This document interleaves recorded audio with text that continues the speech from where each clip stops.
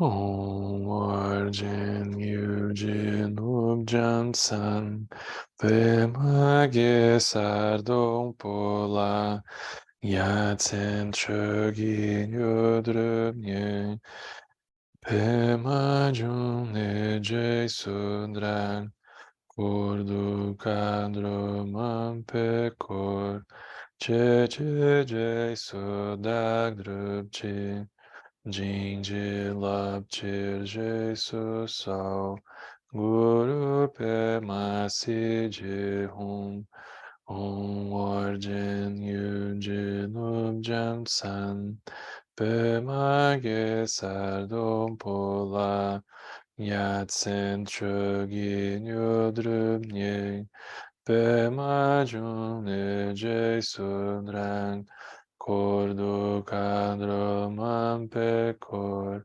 che che je suda drupchi, jinji lapchir je su so, guru pe masi je hum, om warjen yujin ubjam san, pe mage sardom pola, Yatsen Chögin Yodrubnye Pema Jun Nejay Sudran Kordu Kadro Mampe Kor Che Che Jay Suda Drupchi Jinjin Lapchi Jesus So Guru Pema Si Hum Om Warjen Yujin Ubjam San Pema Gesardong Pola Yatsen Chögin Yodrubnye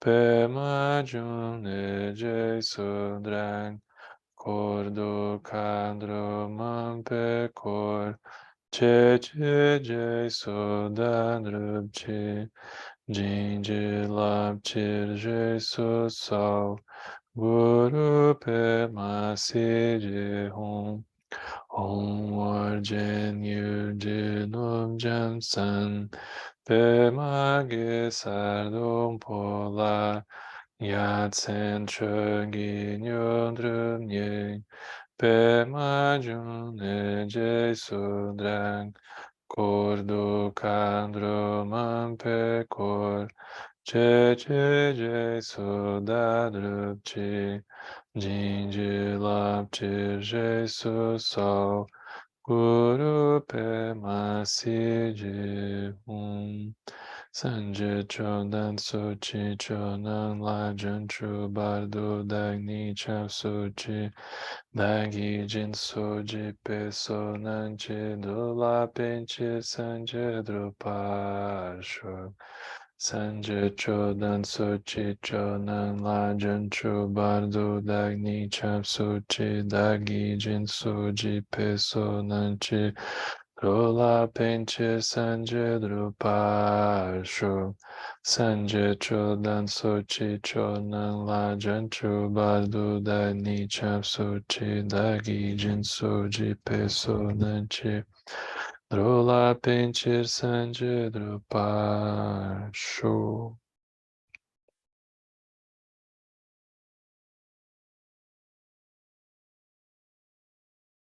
Então a gente está cada vez mais perto do fim, né? Talvez semana que vem a gente já encerre o texto. Mas, se eu não me engano, são 93 capítulos e a gente hoje vai ir até 89. Então sobraram 4, mas eles são pequenos, né? Tanto é que a gente vai olhar 4 capítulos, tem um deles que tem assim 2 parágrafos só. Mas isso não diminui a profundidade, né?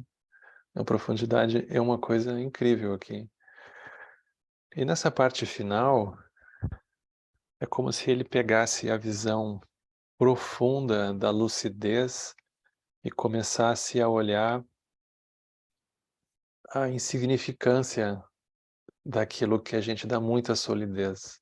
Ele vai dizer assim, por exemplo, o verdadeiro significado de elogio e de censura. Se a gente reparar, a gente está o tempo todo se censurando dentro do caminho.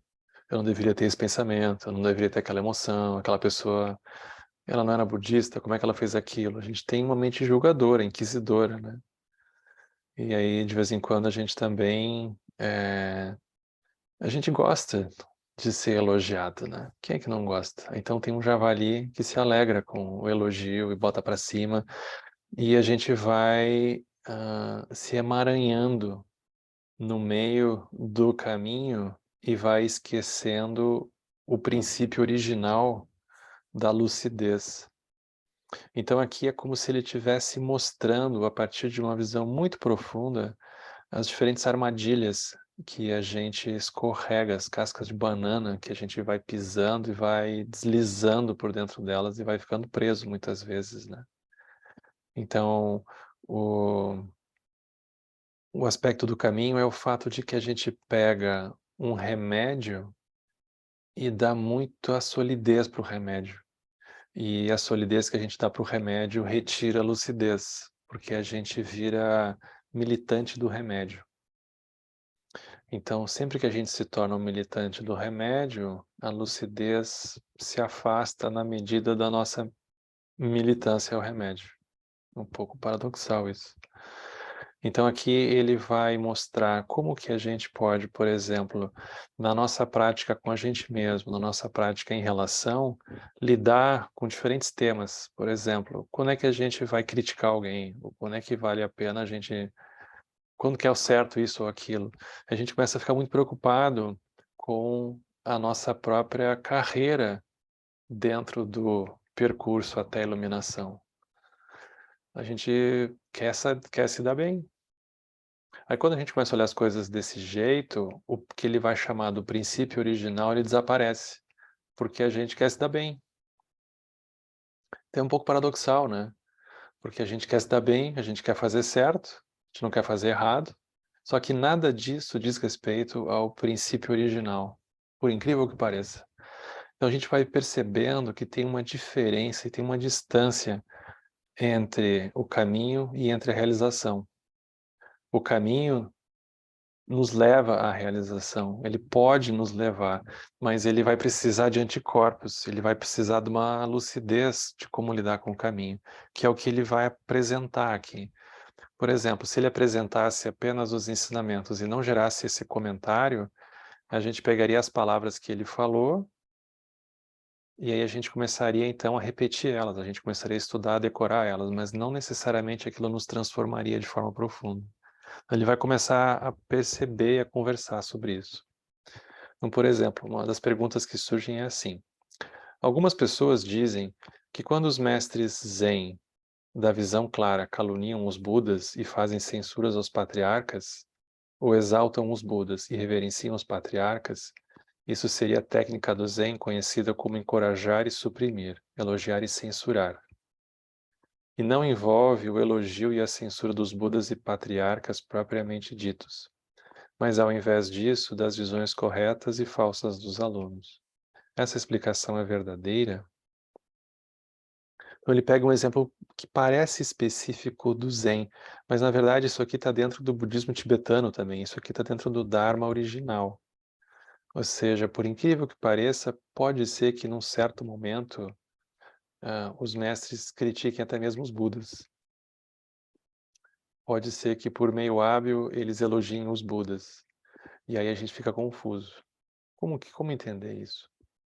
Então ele diz assim: quando mestres iluminados exaltam ou censuram os Budas e os patriarcas, isso não é direcionado aos Budas e patriarcas, mas tem a intenção de ser um meio hábil, um expediente, para beneficiar os seus alunos. Ou seja, nunca é o que parece. Essa é a grande explicação aqui do Diálogos de um Sonho. As coisas nunca são como parece. Então eles parecem que estão falando, mas na verdade a comunicação é outra. Os antigos mestres diziam que nós não somos diferentes nem por um fio de cabelo dos Budas e patriarcas.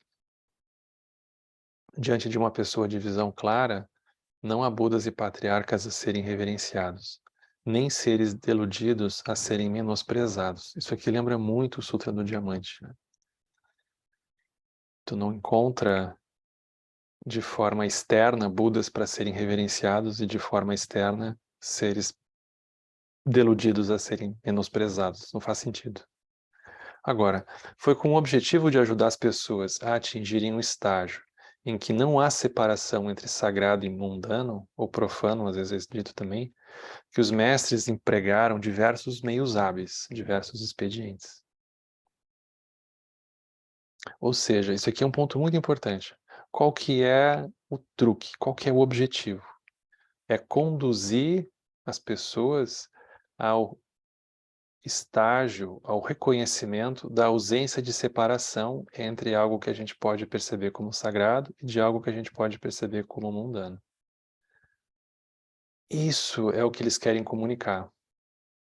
Como nos conduzir para esse lugar de perceber essas coisas. Isso aqui é muito interessante, porque ele está explicando a malandragem por trás deles fazerem as coisas do jeito que eles fazem.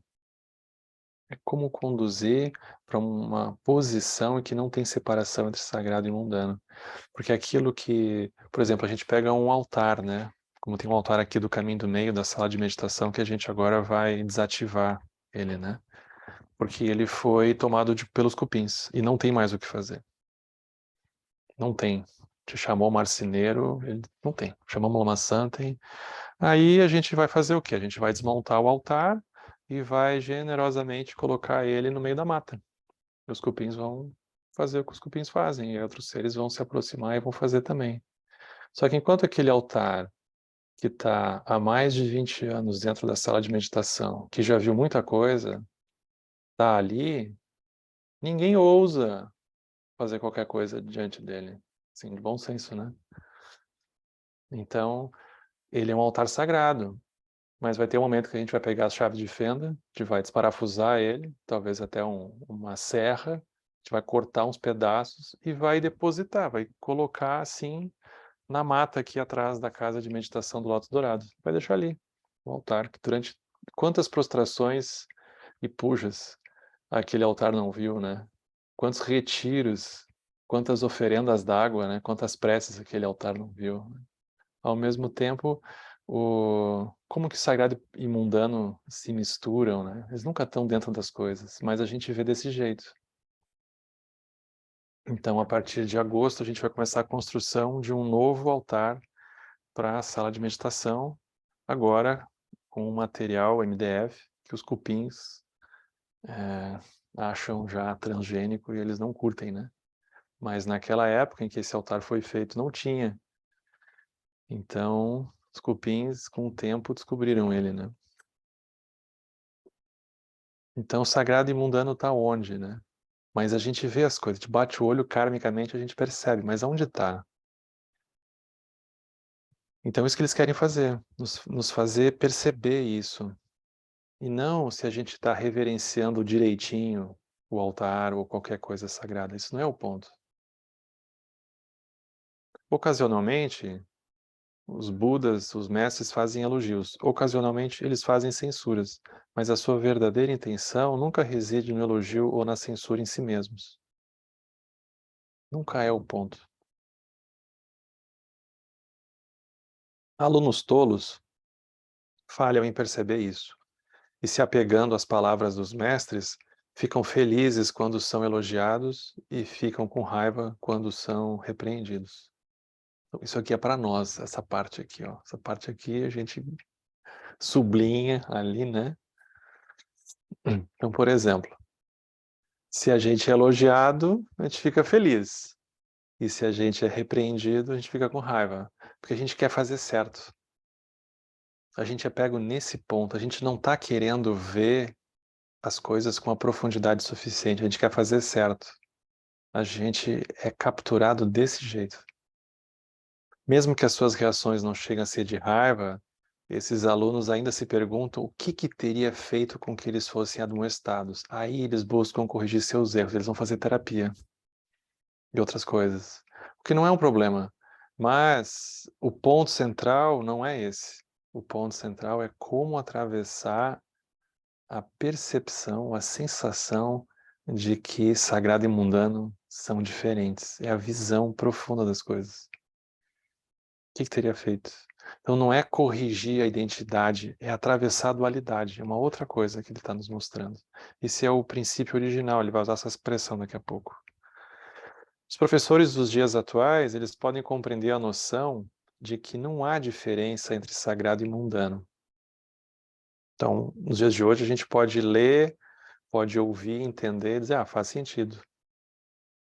Mas se eles mesmos não tiverem verdadeiramente atingido esse estágio,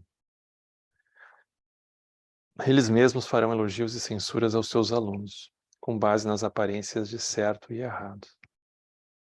Isso aqui é muito importante, muito importante. Certo e errado não resolvem. Eu sempre lembro daquela entrevista com a Pema Chodron, Além de Certo e Errado, né? É maravilhosa, em que ela vai refletir sobre isso, né? O certo e errado, eles não são bons companheiros para a gente levar junto dentro do caminho. A gente vai perceber que tem uma diferença.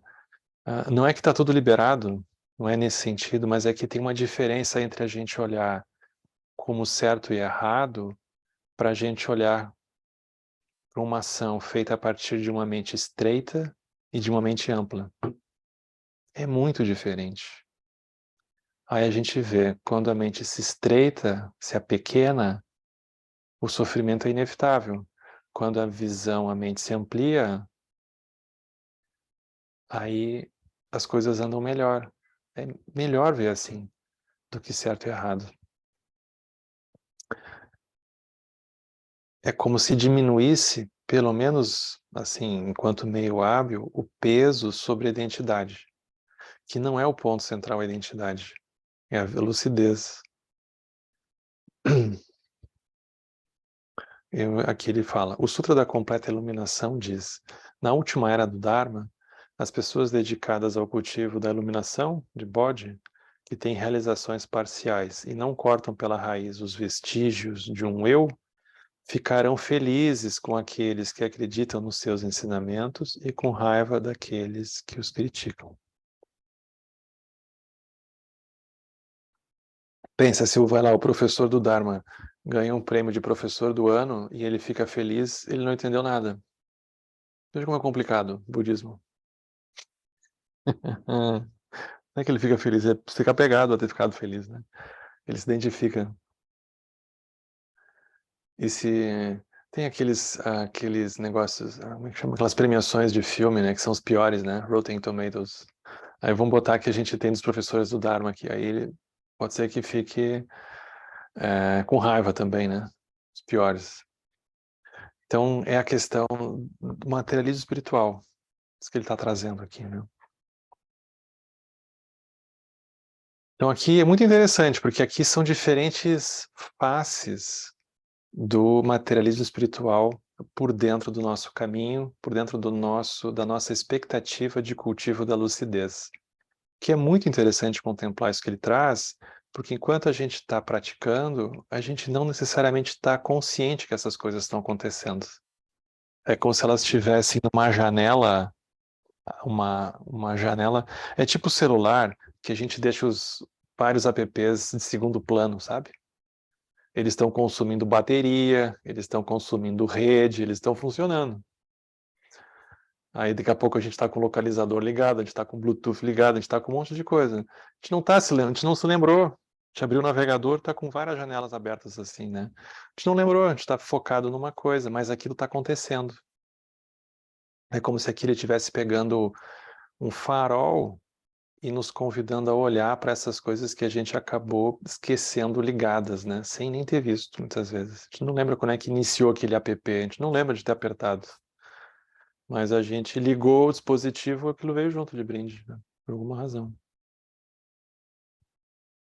Então ele fala assim, por que você diz que não há um fio de cabelo de diferença entre os sábios e as pessoas comuns? Enquanto você diz que alguns professores têm a visão clara e que outros professores são cegos. Ou que alguns alunos são sagazes e que outros alunos são ineptos. Então aqui, de novo, né, a gente pode ser que comece a categorizar, né, classificar. Então, como que não tem um fio de cabelo de diferença, mas a gente bate o olho e pensa, esse aqui tá melhor, esse ali tá pior. Aí ele fala, as avaliações das pessoas como sagazes ou ineptas, elas não são feitas de acordo com a lógica comum.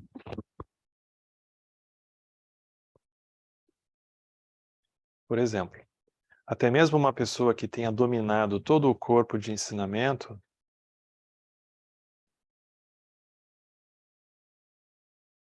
ela é considerada inepta se ela não tiver consciência de que ela não é diferente de maneira alguma dos Budas e patriarcas. Olha que bonito isso, né? A gente se formou na universidade budista, a gente concluiu a nossa formação do Dharma. Agora, se a gente não tiver a experiência, a consciência de que a gente não é diferente de maneira alguma dos Budas e patriarcas, é como se a gente não tivesse nem ido na aula. Isso aqui é muito profundo, porque ele está trazendo a ênfase na experiência.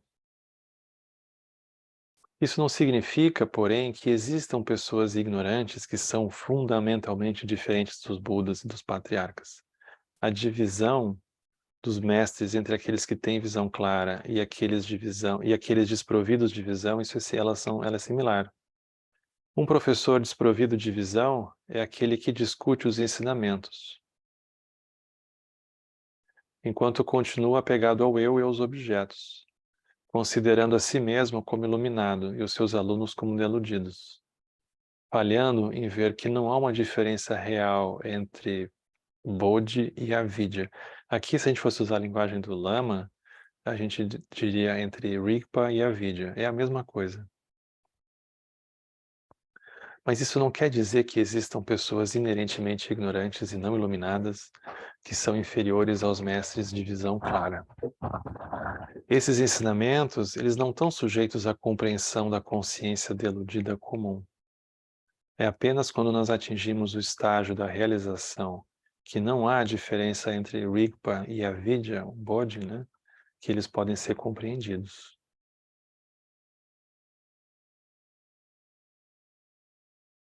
Curto, né? Tudo super curto. Aí vem esse aqui, né? O Zen e os preceitos. Esse aqui é super bonito, porque na verdade é assim, o Dharma e os preceitos. Esse aqui ele nos pega muito porque ele diz respeito à sensação de compromisso e de voto que a gente pode ter, né? Então ele vai dizer, existem aqueles que dizem que um praticante do Mahayana não precisa necessariamente observar os preceitos, os votos. Então, quando a gente acessa de saída muitos ensinamentos sobre a vacuidade, sabedoria primordial e assim por diante, pode ser que a gente gere um nível de soberba de imaginar que o resto é desnecessário, porque aquilo é que, enfim, é o ponto principal. Como fazer, né? Como lidar com isso? Todo mundo que já acompanhou algum grupo de acolhimento, por exemplo, já viu todo tipo de ensinamento e instrução empolgada sobre isso, né? É muito interessante, né? É um ponto que retorna infinitamente, né? Infinitamente. Então ele diz assim, os ensinamentos dos Budas, eles são infinitos. Porém, todos eles estão contidos nas três disciplinas, que são preceitos, meditação e sabedoria. Se vocês olharem, isso aqui é uma descrição curta do nobre caminho óctuplo. Perfeita. Preceitos. É do primeiro passo ao quinto passo, que vai falar de motivação, a gente perceber as consequências das ações não virtuosas, ou seja, ações que geram sofrimento. E o quinto passo, as ações que geram benefício. Isso ele vai chamar de preceito. A gente precisa... O que os preceitos vão fazer? Os preceitos, eles não são o ponto principal. Eles são como chamar? É como a gente... Esqueci o nome agora. É quando a gente se machuca, Aí tu passa uma água oxigenada, tu passa alguma coisa ali para limpar, sabe? Aí tu não só lavou aquilo com água corrente, mas tu pode passar alguma coisinha ali para dar uma limpada. Aí o que que acontece? Tu tira um pouco a impureza, vai arder um pouquinho, mas depois aquilo começa a ficar melhor. Isso é ou seja, a gente diminui a possibilidade de dar ruim. Os preceitos, eles ajudam nisso. A gente tem muitas regiões sensíveis. Eu pensei numa coisa mais leve, assim, tipo um machucadinho, né? Não foi a esse ponto, assim, cirúrgico de HPS, né? Eu já tô com... Minha mente já foi mais ou menos, mas por aí. Porque se a gente tem muitas regiões de alarme na nossa vida ligadas, quando estoura uma ou duas, elas capturam completamente a nossa mente, que qualquer outra coisa que a gente tente fazer, a gente não consegue mais. Porque a gente tem rabo solto por aí. Aquilo, alguém vai pisar em cima. Aí, isso são os preceitos. Eles vão diminuir a turbulência para que a gente, quando parar, tenha menos coisa para ser arrastado. Aí a meditação, conseguindo acontecer um pouco, ela vai, desse modo, favorecer com que a gente gere uma visão mais profunda sobre as coisas. Aí vem a sabedoria. Não tem como chegar na sabedoria se não tiver um pouco de calma. Não tem como ter um pouco de calma se não tiver uma diminuição das ações não virtuosas e um aumento da geração de mérito. Não tem como, não tem milagre. Não tem milagre.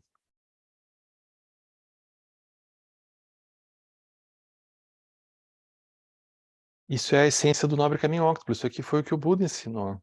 Aí o sexto passo do nobre caminho óctuplo é meditação. Sabedoria é o sétimo e o oitavo. Uma forma muito curta de falar do nobre caminho óctuplo com 3 palavras, né? Isso no budismo tibetano é falado do mesmo jeito. Eles talvez preceitos usem alguma outra palavra, né? Mas é o mesmo sentido, né? Então, todos os ensinamentos dos Budas, eles estão contidos nesses 3 aspectos. Para quem já assistiu Lama Alan Wallace, ele usa muito essa analogia aqui, porque quando perguntado qual a dieta equilibrada, perfeita que a gente pode ter enquanto um roteiro de prática para o dia a dia, ele vai dizer, isso é como montar uma dieta, não tem um único alimento que resolva tudo. Aí ele vai dizer, a gente vai precisar de uma prática de estabilidade, de foco da mente, mindfulness de alguma forma, né, como ele apresenta. A gente vai precisar de alguma prática de bodhicitta, alguma prática de coração, para aquilo não ficar apenas num nível mental, assim, né? E a gente precisa de uma prática de lucidez. Guardadas as proporções, é de um jeito ainda mais simples do que isso aqui, mas é a mesma estratégia que desde a época do Buda é usada, né?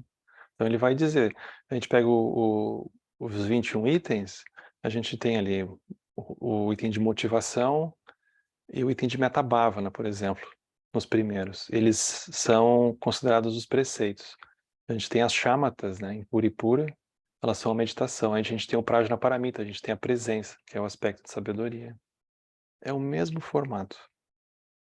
Ele diz, essas 3 disciplinas, elas são inerentes à mente una dos seres sencientes. Então aqui ele desenvolveu essa expressão, mente una. Assim, se nós penetrarmos até a origem dessa mente una, nós atingiremos todas as maravilhosas virtudes das 3 disciplinas. Olha que bonito. Como que a gente atinge as maravilhosas virtudes das 3 disciplinas? Mergulhando na mente além da dualidade. Prajna.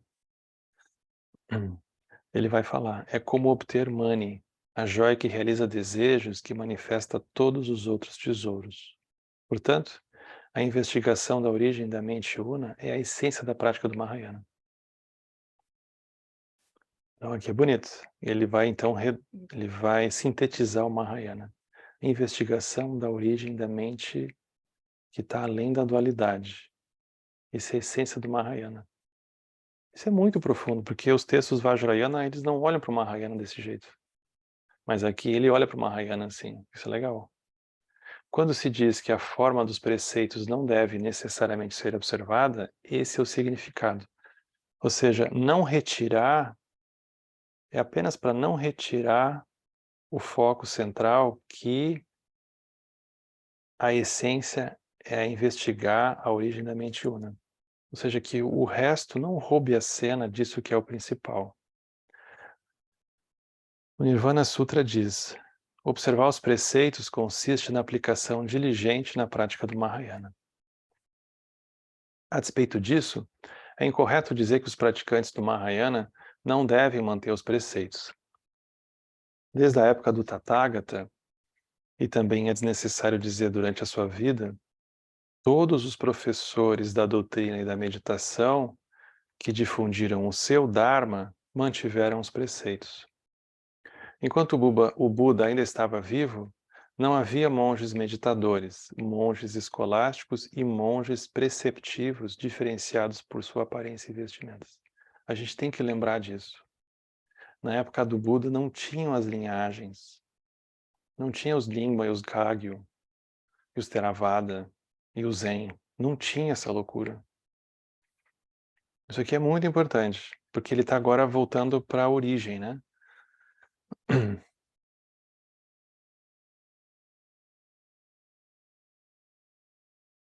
Enquanto o Buda estava vivo, não havia os monges que apenas meditavam, os monges que só estudavam e os monges que só mantinham os votos. E que se diferenciavam pela aparência e pelas roupas, e pelas linhagens e títulos, né? Externamente, todos se comportavam de acordo com as regras de conduta e comportamento, enquanto que internamente todos cultivavam a meditação e a sabedoria. Na atual última era do Dharma, porém, aqueles que são capazes de combinar as três disciplinas são raros. Então, não é ilógico que os seguidores das respectivas disciplinas se separem em escolas distintas. Ele está dizendo que nos dias de hoje, embora na época do Buda fosse completamente natural que se fizesse tudo junto, nos dias de hoje é como se fosse surgindo uma espécie de especialização, é tipo uma pós-graduação, uma mente de pós-graduação, que vai buscando uma especialização num certo assunto e provavelmente vai esquecendo as outras partes ou não vai dando tanta atenção e aquilo vai ganhando uma densidade muito grande, né?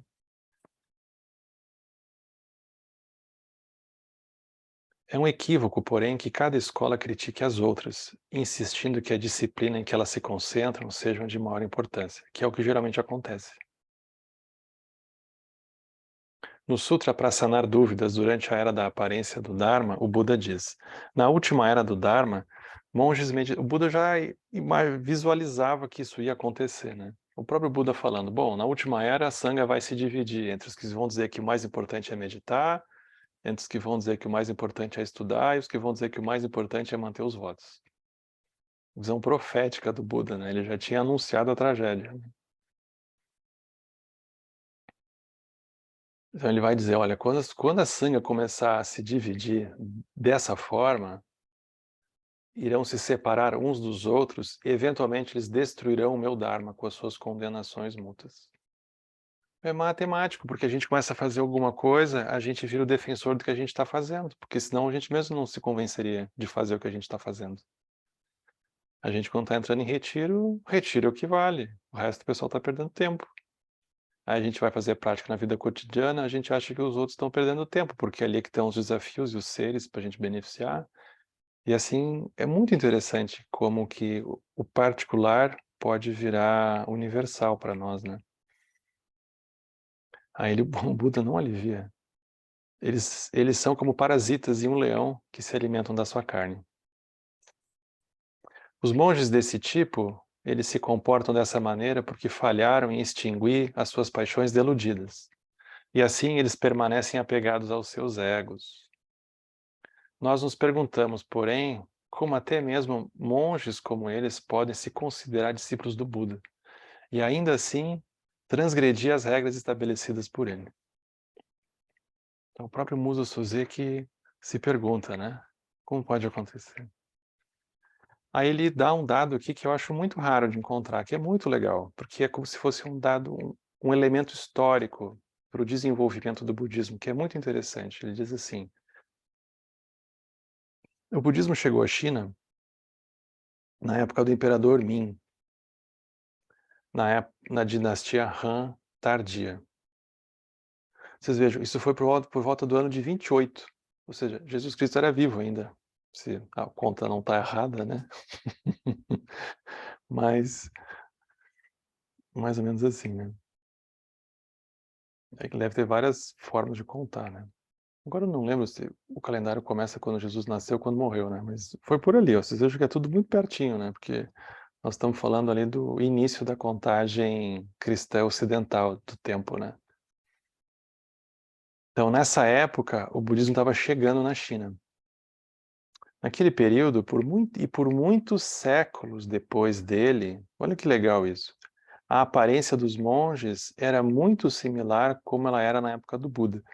Se o Buda viveu 500 anos depois de Cristo, e ele está dizendo aqui que depois da época ali, que é o ano zero, por mais muitos séculos, a gente pode dizer que por quase 1000 anos, aquilo seguiu de um jeito mais ou menos igual. O que, dos tempos de hoje, é quase um fenômeno, né?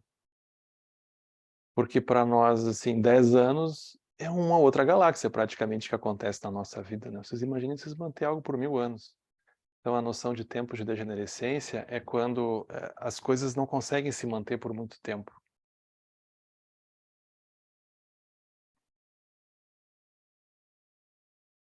A partir da época do mestre Dazi de Baizan, período da dinastia Tang, porém, os monges Zen começaram a viver separados dos templos de Vinaya, dos templos cuja ênfase eram os votos, eram os preceitos exclusivamente.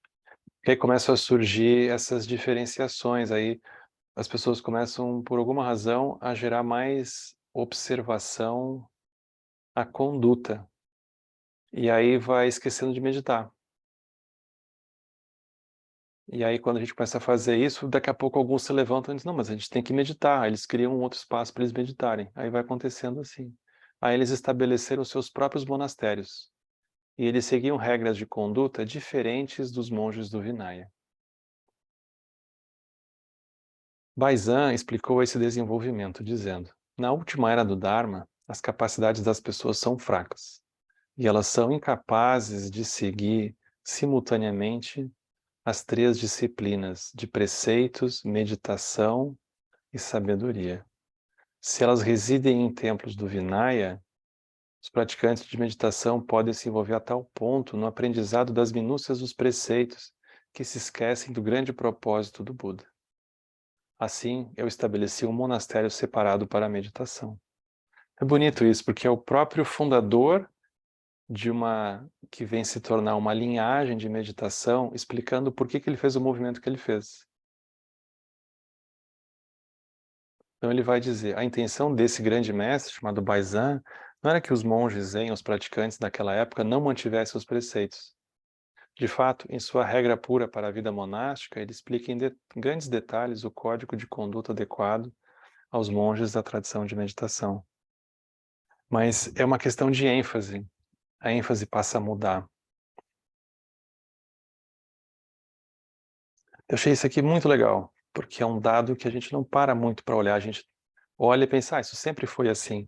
Mas aí ele começa a contar de tempos assim, cosmicamente distantes da nossa realidade, como que aquilo foi acontecendo, né? Muito interessante.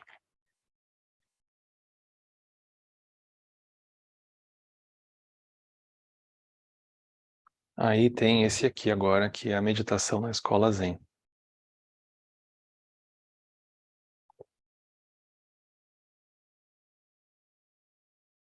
Aqui parece que diz respeito apenas ao Zen, mas aqui é o Dharma. Ele está falando do budismo aqui. É bom a gente lembrar disso, porque a gente não deveria se ver excluído do que ele está falando. Quando ele fala Zen, ele está falando do que a gente faz no SEB, por exemplo. Ele vai falar, todas as tradições budistas, elas têm os seus ensinamentos sobre meditação. É como se fosse um denominador comum. Por que então você diz que a escola Zen é uma transmissão separada exterior aos ensinamentos? Então essa expressão, ela surgiu várias vezes ao longo do texto, né? Vocês devem lembrar. Porque basicamente ele vai, de maneira curta, né? Ele vai nos lembrar que a experiência da lucidez, ela não está dentro das palavras. Então os ensinamentos, ele considera como as palavras, mas a transmissão da mente lúcida não necessariamente acompanha as palavras. Então é como se ele criasse uma linguagem para comunicar isso. Ele vai usar isso, essa expressão que ele vai chamar de transmissão separada exterior aos ensinamentos. Então ele vai dizer, a meditação ela não é praticada apenas no budismo, mas ela é praticada também nas tradições não budistas. O poder da meditação é utilizado, por exemplo, para a obtenção de um renascimento nos reinos da forma pura e da ausência de forma, que é o que o Lama Santen fala agora o tempo todo, né? Quando ele vai explicar o reino do desejo, o reino da forma, o reino da não forma, ele está falando sobre isso aqui. Então, quando a gente vê os jhanas e assim por diante, né, tem os tipos de foco da mente que nos levam a renascer em condições específicas. É disso que as 4 meditações e os 8 samadhis se ocupam. Os não budistas empregam essas meditações, considerando-as supremas. Não é verdade porque os budistas praticam também, né? Mas tudo bem. Embora a escola Zen signifique literalmente escola de meditação, aqui é bonito porque ele vai explicar a origem do nome Zen, né? Qual o sentido do Zen ter essa imagem atrelada de meditação ao próprio nome? Qual o sentido disso, né? Então, Zen significa literalmente, a tradução literal de Zen é a escola da meditação. A meditação, na forma como é praticada na escola Zen, não é igual à ensinada em outras escolas budistas. Porque não é shamatha. Ele está transmitindo a experiência da iluminação, né? Por isso que não é shamatha. Ele não está treinando a mente. Ademais, nessa última era do Dharma, embora os métodos de meditação das outras escolas continuem a ser ensinados no nível teórico, eles raramente são praticados. Então, isso aqui é uma verdade, né? Porque workshop sobre meditação a gente tem assim em cada esquina, né? Agora, a gente sentar assim com consistência por anos, por décadas, né? Tornar aquilo a parte principal da vida é uma outra coisa, né? Com instrução de uma linhagem que vem vindo até a pessoa com esse tipo de proximidade, né? É muito mais improvável. Somente os seguidores da escola Zen continuam seu cultivo de Zazen, e assim o Zen veio a ser conhecido pelas pessoas. Dentro e fora da tradição, como a escola que pratica a meditação. Porém, se não houvesse nada além da meditação na escola Zen, então a vinda de Bodhidharma para o Oeste perderia o seu significado. Aqui é interessante, porque se fosse só meditação, por outro lado, também estaria errado. Aí ele explica aqui, ele diz assim, olha, 4 tipos de meditação são ensinados no Lankavatara Sutra. É um texto bem complicado esse, mas é o texto que é considerado a origem do Zen, né? O Lankavatara Sutra. O primeiro é a meditação praticada por não budistas e deludidos, que acreditam que a meditação significa não permitir o surgimento de pensamentos e do discernimento. O paradoxo é que os budistas pode ser que acreditem que isso é a meditação, né? Pode ser que a gente é carregado lá para dentro. Então, a definição não nos ajuda muito aqui, né? Melhor a gente olhar os tipos de meditação, porque em 4 categorias ele passa da meditação, que aparentemente é a mais grosseira, até a prática da iluminação. Ele passa por todas, em 4 partes. É muito interessante. Então, essa meditação, que significa não permitir o surgimento do pensamento e do discernimento, porque a gente pode ser que imagine que aquilo é só mais discursividade, isso é considerado o primeiro tipo, uma coisa inicial. Então aqui é como se ele estivesse convidando a gente a tentar perceber como é que a gente intuitivamente tem feito. Como é que a gente tem se posicionado dentro, né? Como é que a gente tem tentado colocar. Se for algo como não permitir o surgimento do pensamento, do discernimento, ele vai dizer, bom, esse é o primeiro tipo de meditação. O segundo tipo é a meditação da observação das formas e dos significados. Aqui já tem um elemento investigativo, um pouco, né? Ou seja, a gente não está mais... É interessante observar a diferença. Aqui a gente não está mais tentando se esquivar ou se proteger dos pensamentos. É a observação das formas e dos significados. É como se gradualmente o que passasse a acontecer é uma diminuição da aversão com relação aos pensamentos. De que eles são um problema, que eles isso, que eles são aquilo. Aí a gente tem uma observação das formas e dos significados. Ele, de forma muito curta, né? Ele diz, e essa é a meditação dos praticantes do Hinayana e dos Bodhisattvas dos 3 estados valorosos, que investigam os princípios dos ensinamentos. Isso aqui já é super profundo fazer, né? Porque aqui é como se fosse o início do caminho de Prajna. É o início, né? É o início de Vipassana. Na forma como é explicado dentro do tibetano, né?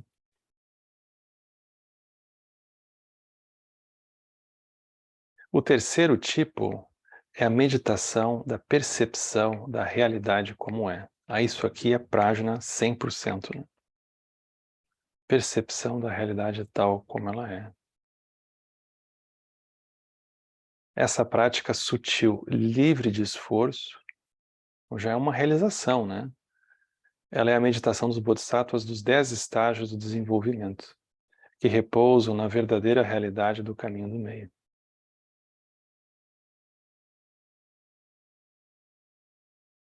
O caminho do meio é bonito isso, né? Porque os textos tibetanos que a gente estuda dizem as mesmas palavras, né? Então aqui é como se fosse, a gente pega aquele texto do Khenpo Sutra em Gyatso, né? A gente vê essas etapas aqui iguais, assim, ali dentro. E o quarto tipo é a meditação pura do Tathagata. A meditação daqueles que atingiram o estágio do Tathagata, em que se atinge a sabedoria universal não causada do reino do Dharma. Essa é a Tathagata Zen, mencionada pelos descendentes de Bodhidharma.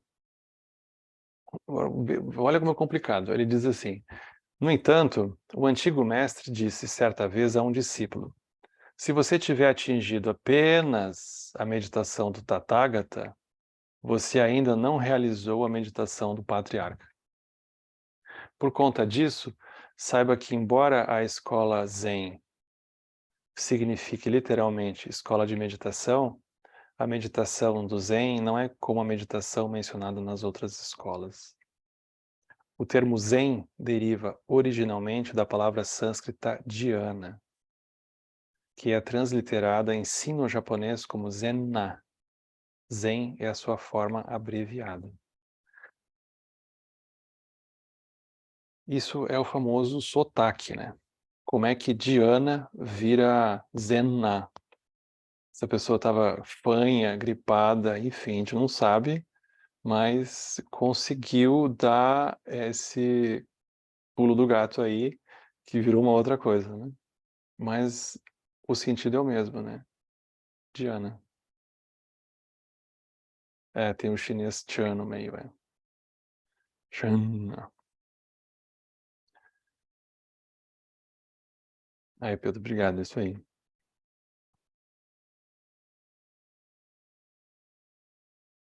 Aí ele vai explicar. O significado básico de dhyana é atentividade correta ou contemplação silenciosa.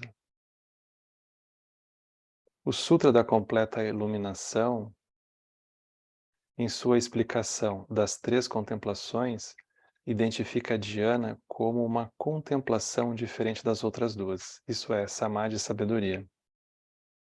O mestre Zen, Gifeng Zonmi, chamou de contemplação da mente absoluta. Na sua antologia dos escritos essenciais sobre a origem do Zen, Gifeng escreveu que somente o caminho transmitido por Bodhidharma corresponde à verdadeira dhyana. E assim o seu caminho é chamado de escola Zen, isso é, dhyana. Porque aí o ponto aqui, dhyana, é a visão lúcida das coisas, não é um estado meditativo, né? Mas é o reconhecimento da condição livre da mente. Ele vai chamar isso de dhyana.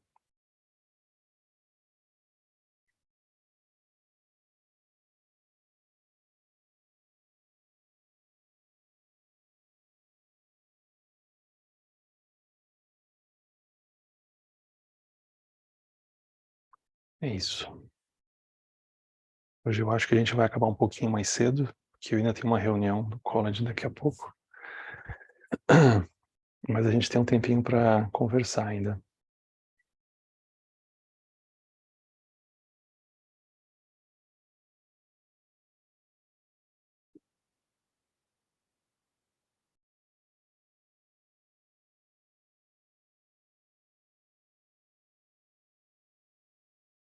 Isso se tiver o que ser falado, né? Senão a gente faz Diana e se vê semana que vem. Segue fazendo Diana.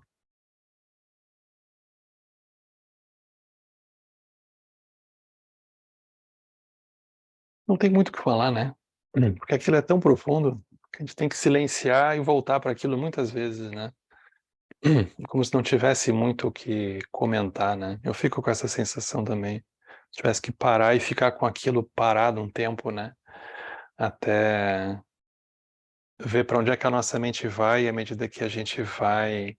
É quase como fazer uma trilha. E a gente aos poucos e observando que o ponto principal não é a trilha em si, mas os lugares internos que a gente vai quando a gente está no meio daqueles passos, daquele ambiente, né? Para onde é que a gente vai, né? Então, o ponto principal aqui não são os parágrafos, né? As palavras, mas os lugares que a gente começa a acessar dentro.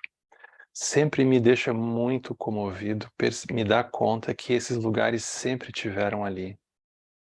Mas é como se tivesse que ter dado uma volta cósmica para poder chegar a alguma coisa que já estava ali. E sempre teve ali, né? Às vezes a gente vai lendo uma coisa dessas, tem um insight, e aquele insight sempre teve lá para nós. Nunca deixou de estar, mas a nossa mente estava numa coisa assim, da ponta do alfinete, né? É muito interessante olhar isso. Então, o Muso Soseki nos coloca um pouco nesse lugar, né? Porque cada capítulo é como se ele nos convidasse a ver alguma coisa que a gente sempre teve dentro, mas que a gente, por não ter tido um apontamento, a gente não chegou, então, porque ninguém nos mostrou, a gente não chegou a ver, mas sempre teve lá. Cada lugar de insight que a gente acessa, ele sempre teve lá. Ele nunca é novo. Então, um texto como esse nos leva a visitar lugares de nós mesmos que a gente talvez nunca tenha experimentado visitar, né? Isso é muito, muito incrível. Ele está mostrando pedaços da nossa mente que transcende a nossa identidade, né? Que transcende a nossa sensação de ter o nosso nome, de morar na nossa casa, na nossa rua, de ter o número do celular que a gente tem. E é uma outra coisa que ele nos convida a ver, né? E essa outra coisa que ele nos convida a ver, a gente morre e essas coisas vão junto. E o resto é isso que a gente se identificou, a gente vai deixando para trás.